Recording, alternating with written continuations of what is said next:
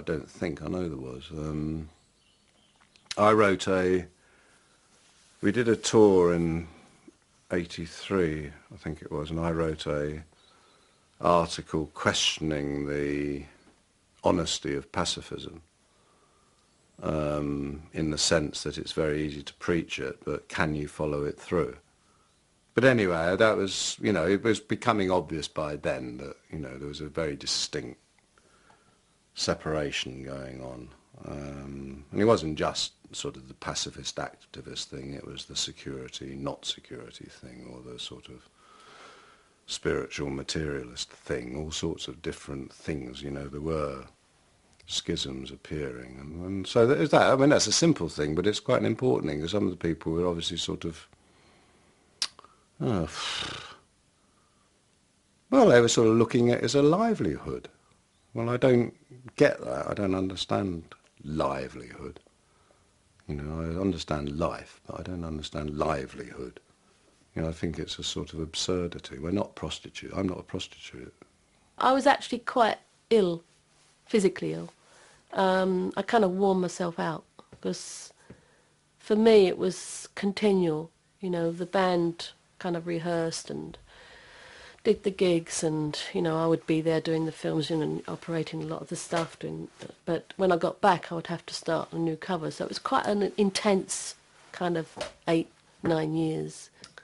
You know, when we stopped, we knew we were going to stop then anyway. We'd always said 1984. So when Andy left, I think 83 or beginning of 84, we knew that was a natural ending anyway. So there was no way we would replace him.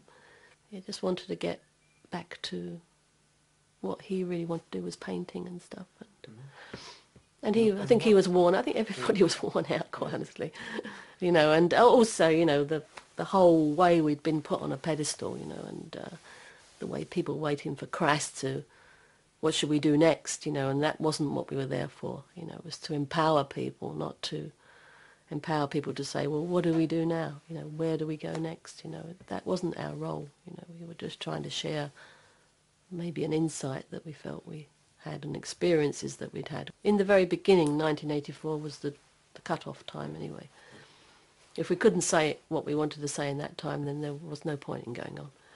So, then it would be an institution. Yeah, exactly, and that's what it was becoming, and we weren't interested in it.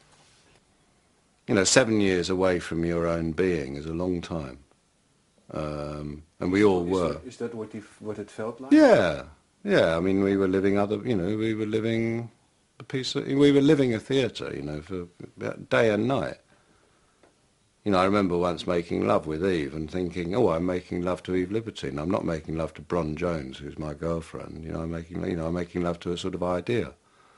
You know, that sort of thing, and you sort of realise that actually, in 7 years you can become quite an idea of yourself, and not yourself, because you've forgotten who yourself was. Because every day, every fucking moment, you know, it's either in the studio, writing a song, doing an interview, being this, being that. You know, you didn't have time to know who you were, and that's why it was so painful for us when the band stopped, because suddenly, you know, you'd be sitting at breakfast and there'd be someone sitting the other, and you'd think, well, who the fuck are you? Because we hadn't got the common connection anymore. I am alone.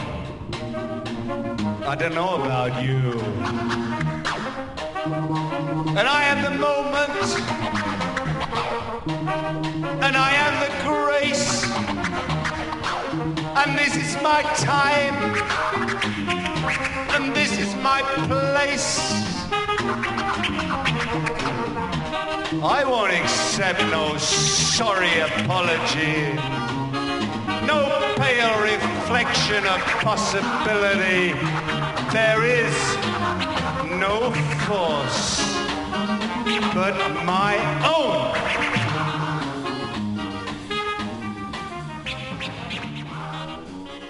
In a way, when we were writing stuff, or when I was writing stuff for Crass, you know, I was defining, you know, a way of living, you know, especially there is no authority but yourself. You know, which basically, I suppose because G and myself have stayed here, we've had to try and live up to that. You know, all the time we're being, like you've come here because of that. You know, basically to see if we were doing it. You know, well, that's true, isn't it, in a way? You know, to what extent did that dream work? And I mean, that's a question we both ask ourselves all the time. You know, to what extent does the dream work?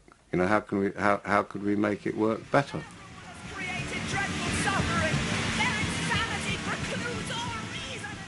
Commodity culture has got such a stranglehold, you know, and seems to be an increasing stranglehold that you know, the pockets of resistance you know, might be becoming very isolated.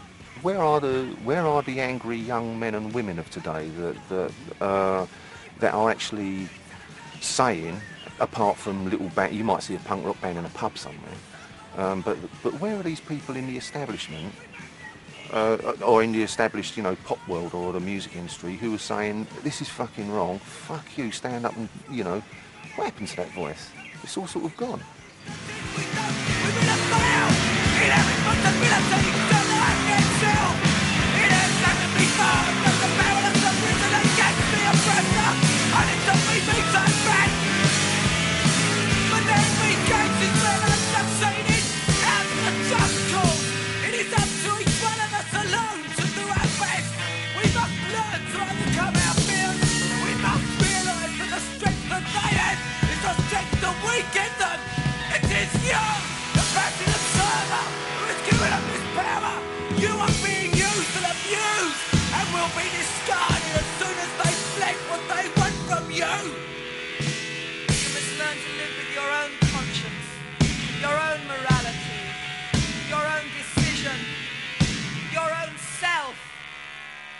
You alone can do it. There is no authority but yourself.